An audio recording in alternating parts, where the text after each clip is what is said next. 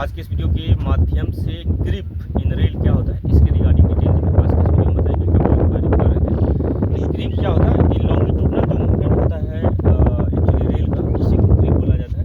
तो जहाँ जहाँ आपको गैप दिखेगा, जैसे ये फिश प्लेटेड जॉइंट है, तो जनरली आजकल में मेन लाइन वगैरह में जॉइंट नहीं के बराबर रहता है। तो जहाँ जहाँ जॉइंट रहता है तो वहाँ पे क्या होता है कि प्लेटेड से जो है बोट ऑफ किया रहता है। तो जैसे हमारा जो लॉन्गिट्यूडनल मूवमेंट जो रेल का होगा, जैसे यहाँ से जैसे गाड़ी का मूवमेंट होता है, तो ये डायरेक्शन अगर मानिए, तो इससे क्या होता है रेल में कुछ स्ट्रेस डेवलप होता है। स्ट्रेस डेवलप होता है और उसमें जो है सर्टेन जो है एक्सपेंशन और कॉन्ट्रैक्शन होता है। अगर ठंड का सीज़न है, अगर कोल्ड सीज़न है, तो उसमें रेल में कॉन्ट्रैक्शन होता है, तो गैप बढ़ेगा।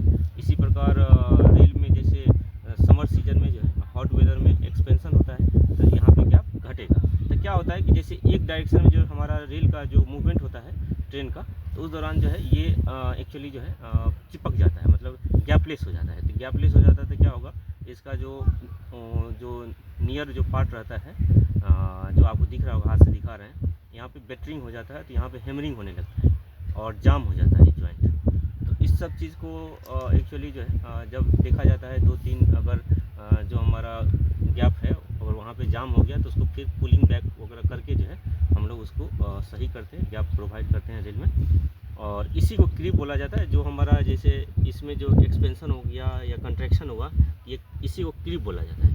इसमें जैसे गैप घट जाएगा, तो मानिए कि रेल में एक्सपेंशन हुआ, फिर गैप बढ़ गया तो कॉन्ट्रैक्शन हुआ, तो ये जो प्रोसेस जो होता है इसी को क्रीप बोला जाता है। और क्रीप जो है, अगर मानिए गैप जो है 150 mm से अगर ज़्यादा हो गया, 15 सेंटीमीटर से, हमको जो है रेल चेंज करके जो है गैप लेस करना पड़ता है।